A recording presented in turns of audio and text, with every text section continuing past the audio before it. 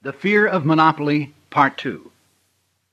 Considering the area of monopoly and competition, the question before us relates to whether or not a free market tends to create competitive factors or whether it will inevitably drift toward the rigidity found in a monopoly. It will be my contention that given a free market, the various factors that will appear will automatically tend to encourage competition, and that if we have a free market, in fact, that is, there is no government intervention for any purpose, either to impede or to assist, that the tendency will be to eliminate monopoly, or at least harmful monopoly, and will constantly move in the direction of more and more competitive factors at work. In addition to price and quality, which are two very basic items in competition, assuming a free market, there are four other areas that are competitive that I want to examine each in turn. These are direct competition, parallel competition, dollar competition, and market competition. What we call direct competition is an area of competition which, in point of fact, even the government recognizes as existing. That is, it exists from time to time. Wherever we have two or more entrepreneurs, businessmen, industrialists engaged in providing what is essentially the same good or service, we have an instance of direct competition. That is, if we have two or more steel companies manufacturing steel, two or more airlines serving the same cities, two or more drugstores covering virtually the same retail territory, two or more textile plants, two or more newspapers, two or more radio stations, two or more television stations. As long as you have two or more engaged in much the same thing, we call that direct competition. Now, actually, there are variables even here, and every businessman will try to maximize them. For example, if you have, let us say, two textile mills owned by two different firms, they will vary their weaves. They will vary their patterns. They will do whatever they can to introduce variations that will make what they are doing better than what their competitor is doing. But nonetheless, we call it direct. Even though it isn't precisely direct, it is direct enough so that we call it direct.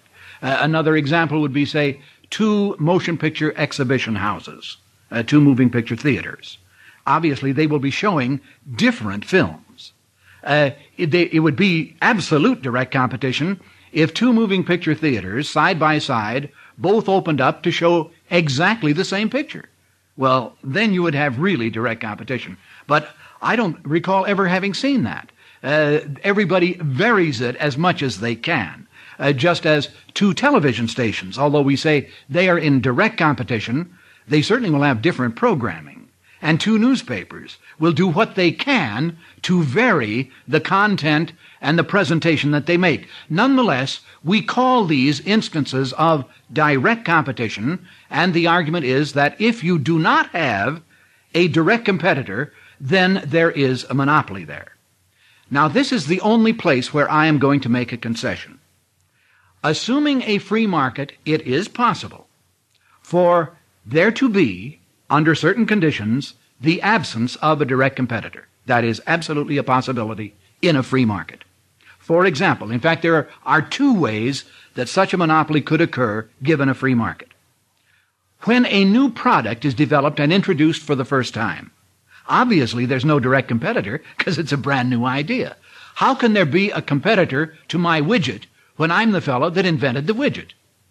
Clearly, there isn't one. So obviously, when a new product is introduced, there is no direct competitor.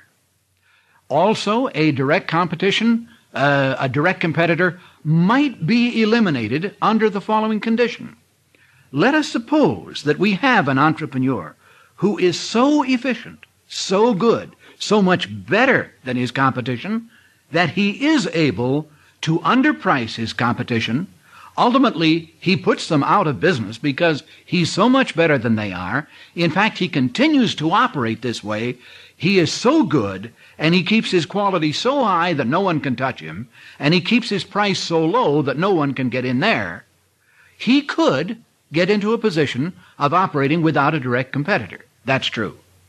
So if that has been your fear, that a free market could introduce a case where there is no direct competitor, your fear is justified. That can happen in a free market. But now I'm going to tell you it doesn't make any difference if it does or not. Because the direct area of competition is the least important. Now that may come as a shock, but actually it is. It's very insignificant. Assuming you have a free market.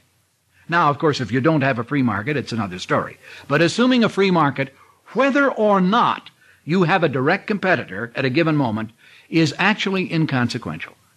Let me go on to try to establish that as I make a few more points first. Let me take parallel competition next. Parallel competition is that type of competition that occurs when, which we actually call product competition. Incidentally, direct competition can be referred to as firm competition. It is a competition between firms or industries that are in essence doing the same thing. Now we have product competition. We have competition, for example, between airlines and bus lines. Now that's not the same. You have different bus lines competing directly. You have different airlines competing directly. But there is also competition between airlines and bus lines. And they're doing quite a different thing. And yet, the end result is an ultimate product that is similar in each case.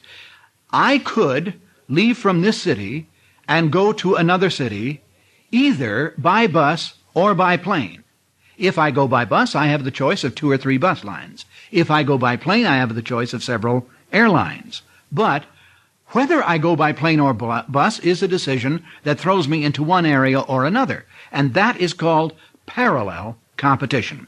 In this particular, let me show you the ramifications of it. For instance, it would be clear that if you have a newspaper and the newspaper is competing with another newspaper, you have newspaper competition. But have you ever stopped to consider the fantastic competition between a newspaper and a television station? Really, having been in both areas of endeavor, I can assure you that as a newspaper man, I would rather face another newspaper than a television station. I think I could compete on a pretty good basis with another newspaper. But the television station can do things I can't do as a newspaper man. And conversely, if I'm in television, I would rather face another television station than to face a newspaper. The newspaper can do things that I can't do.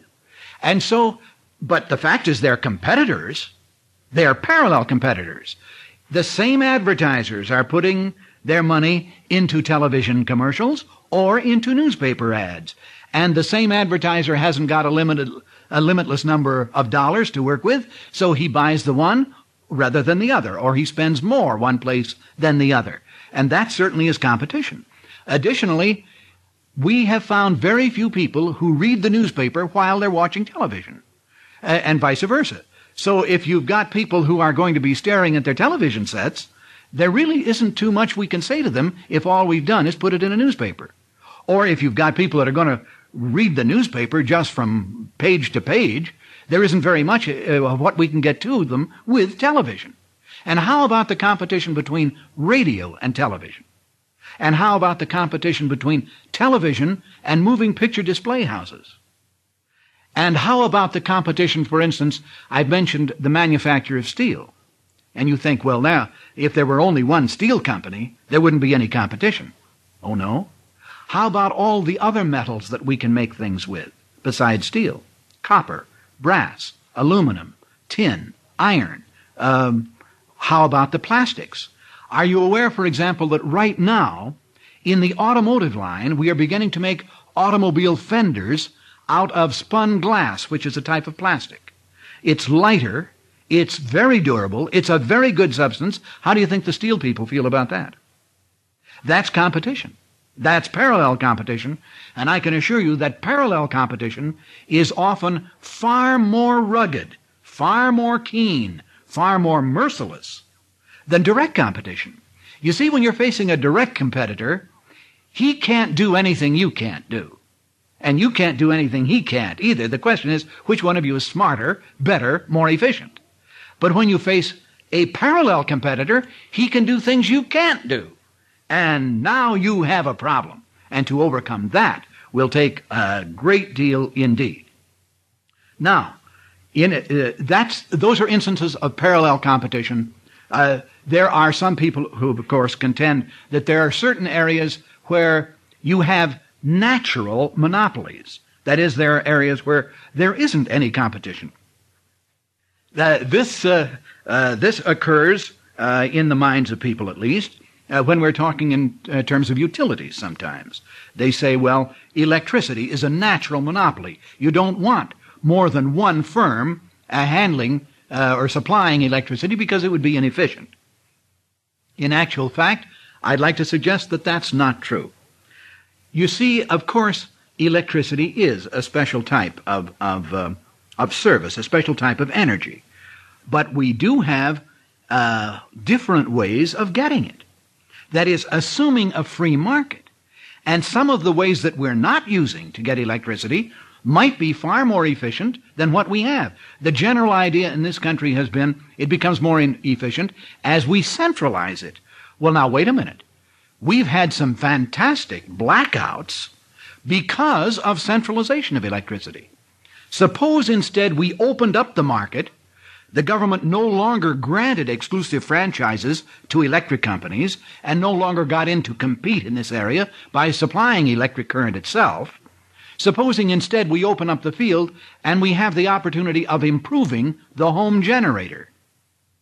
The home generator, if we were to put that in a lab and begin experimenting with it and coming up with ways of supplying fuel to it that are efficient, including the utilization of the rays of the sun, can conceivably become so good that when we built a new home, we would build it with a home generator and supply the fuel, and the generator and the supply of fuel would conceivably be able to be supplied in such a way that it would last longer than the house would stand there. That's entirely possible, assuming we have a free market and know that when we want to market this, we could market it. At the moment, we're not sure, because there are certain exclusive governmental franchises that have been offered to such people as AT&T and other companies where they have an exclusive government prerogative to do certain things with electricity or with stringing wire or something of this sort, and we can't compete. It's not that the market wouldn't let us compete. It is that the government has preempted us from getting into this area. And then think of the other things that we could do in addition to using electricity. I don't know that electricity is necessarily the answer. I might point out that today there is a very, very good competitor even to the municipal electric plant, and that's the municipal gas company. There are lots of things that you can do with either gas or electricity, but you could also do them with gasoline or kerosene, or maybe with atomic energy, or possibly with other types of energy that we can get hold of. There are all kinds of competing factors if we'll open up the market and let these factors compete. So as far as there being natural monopolies are concerned, I would challenge that. Perhaps there are some. I don't know what they would be. Of course, there is the idea that we all need water, and I would agree. We certainly do need water. Here is a basic human necessity. But I'm not so certain that it has to be supplied by a municipal company. In fact, I notice that whatever is supplied in the way of a public good, that's the place where most of the pollution comes. The difficulties that we have today with our ecology are not in the areas that are privately owned. They're in the areas that are, quote and unquote, pro bono publico. They are for the public. Where do you get your problems? On public beaches with oil slicks, in public water supplies, the public air, the public highways. These are the areas that are polluted, of course.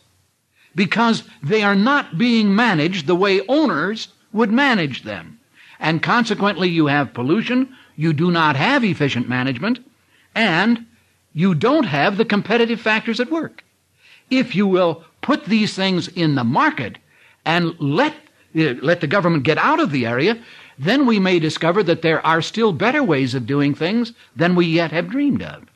I'm thinking, for example, of the telephone company. We're told that that is a natural monopoly. I'm not so sure. I once had this happen to me. It was years ago. A man came into to my office, and he put a telephone down on my desk. It was just the instrument itself, the cradle phone and the base with the dial there. That's all. There were no wires leading out from it, nothing else. He put it down on my desk and said, "Call your wife." I thought he was joking, because obviously the phone was not attached to anything. So I laughed. I said, "Oh, sure, the phone isn't connected." He said, "No, I'm not kidding. Call your wife." Well, I thought, I'll go along with the gag, so I picked up the receiver. There was a dial tone. I picked up the phone, It's not connected to anything. I said, "How do you do that?" He said, "Call your wife." I said, "Okay." So I dialed the number. I got her. I said, "Honey, I'm talking to you on a phone that isn't connected." She said, "When will you be home for supper?" I said, never mind. But I said, "How do you do it?" He says, "Easy, shortwave." Now, there is a kind of installation of phone that I had in my hand in the 1930s. The firm that was putting this together had realized that it's a perfectly simple thing to have telephonic communication over short distances by means of shortwave. And all you have to do is to have a central operator, which we had, and they had worked out temporarily a deal with the telephone company for this experiment, you see. And what happened when I dialed, it activated the central switchboard, the same as if I had been connected to it by a line, and so I got through the same way as I would anyway, now with lines. In other words, back in the 1930s, we had a way of telephonic communication that could have eliminated the telephone wires. We didn't really need them. We don't need them now. But you can't find that out, because this is an area that is protected by government franchise that grants an exclusive monopoly to one firm or another, you see. So actually, today, for example, just continuing on the telephone thing, most people feel that we only have one telephone company in the country. Actually, there are about 2,000 telephone companies in the country. And the way they've worked it out in this particular is a very beautiful thing. If I pick up the telephone, I say on the West Coast, I can call anybody on the East Coast, and my voice will perhaps go through equipment that is controlled by 10, 20, 30 different companies. And each company gets a pro rata share of the price that I pay for the service, and it is taken care of and all works out. So this can be done. I'm not so sure that the telephone is the best means of communication, with or without the lines. We may have other ways of communicating if we just have a free market. I'm only concerned at the moment that you do recognize the fantastic efficacy, the fantastic creativity of a free market where people can innovate. They can come up with new things, and nobody's there to say, "Well, you can't make that because this other fellow is making something like it, and therefore you're out of business."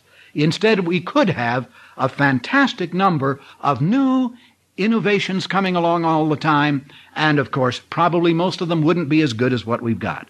But here and there, somebody would crack through and come up with a real winner, and we could all have the benefit of that. But government is protecting us from these things, so we don't get the innovations. We tend to simply go along with the conditions that exist, whatever they may be.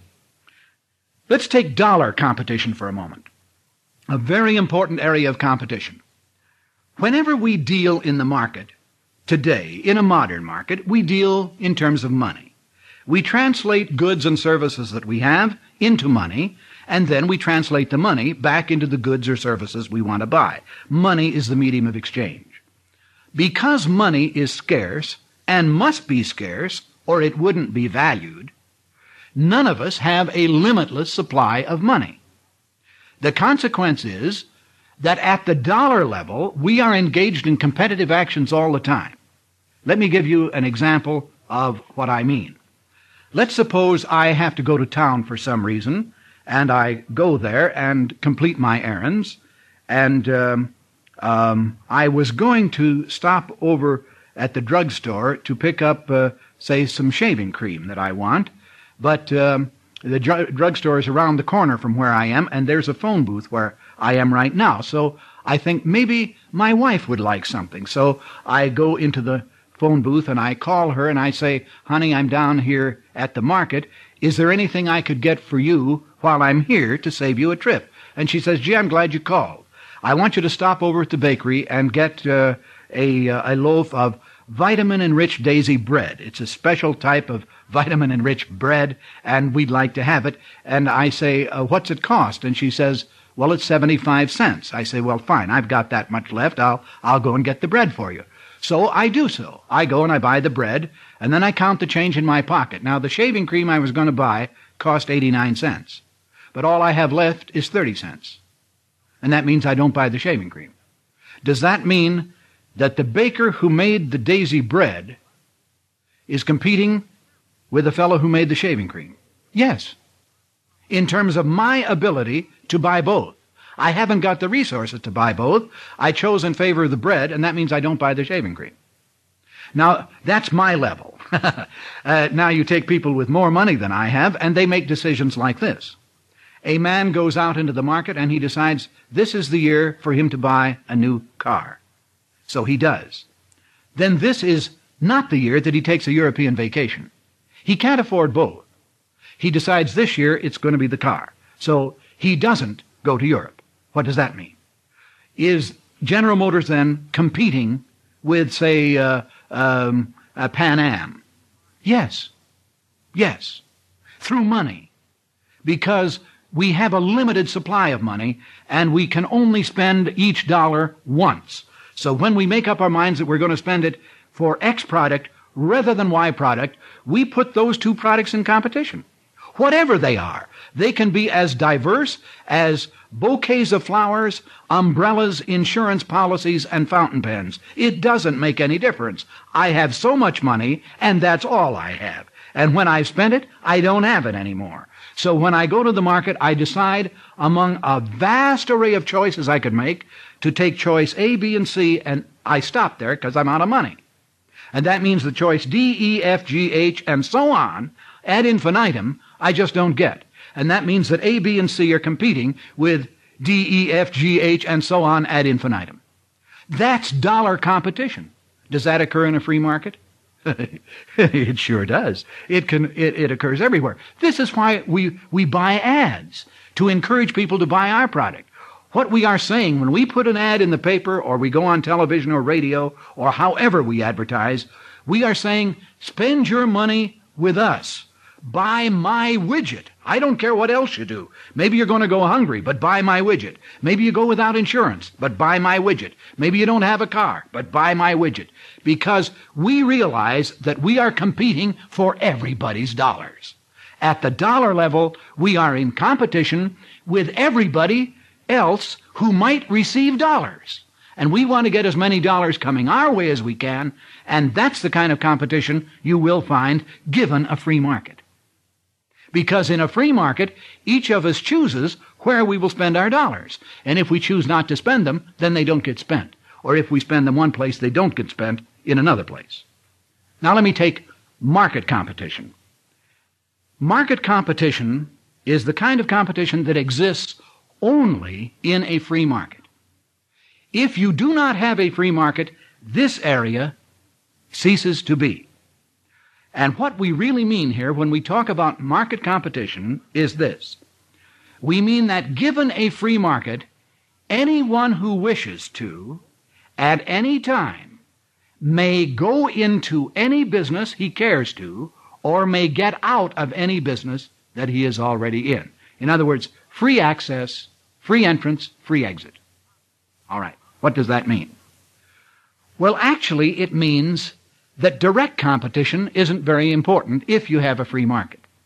Because, you see, let us suppose that we have a case where we have an absence of a direct competitor.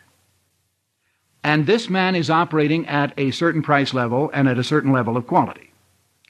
If this man does not keep his prices low or his quality high, and we have a free market, it means that somebody else will come in and he will have a direct competitor in the morning. Now, if he is protected, then he doesn't have to worry about where his prices are or where his quality is, because the government is standing guard saying nobody can get into this business. And then he can be careless. Put it in your own mind for a minute. Let's suppose you wanted to go into business. Let's suppose that you wanted to, let's just suppose you want to be a grocer. You'd like to run a grocery store, own one. You've got a little capital. You know where you can raise some other capital. You'd like to have a good grocery business, a supermarket, where you can really do a job and make some money. That's what you'd like to do. Now, where will you locate? Will you try to locate next to a supermarket that's doing a thriving business, that is well established, that knows what it's doing, has low prices, high quality, efficient clerks, is courteous, extends credit, gives you service? If you go into business next to them, you'll go broke, and you know it. What you're going to do is look for that grocery store that isn't doing a good job. You're going to look for the fellow that has high prices, bad quality, is inconsiderate, his clerks don't work right, there's no convenience, it's not run correctly. You can go into business next to him because you can get some of his customers away from him. It would be easy. So when you have a free market, the free market tends to discipline the entrepreneur, even when there isn't a competitor. Now, if you don't have a free market, you don't have to be disciplined. Let me give you an example of that. Take the government operation of the postal system. Here you have a prime example. There is no competition. Why? Because there is a law against it. The government passed a law to prohibit anybody from getting into this area. So how efficient is the postal system? They don't have to be efficient. Nobody can compete with them. What about dollar competition? Doesn't make any difference. The postal system doesn't have dollar competition. It doesn't make any difference whether you patronize them or not. You'll pay for it in taxes. And so there's no dollar competition. There's no market competition. There's no direct competition. But you know, even here, the government doesn't have a complete monopoly, because there still is parallel competition. You can communicate without writing a letter. So it shows even how difficult it is for the government to nail down and create positively a monopoly. Given a free market, the factors of competition will exist and will flourish. You don't have to worry about a free market moving in the direction of monopoly. On the contrary, a free market will tend to sustain competition. It will continually introduce new competitive factors, and the only danger you ever have from monopoly begins at the point where government intervenes. Thank you very much.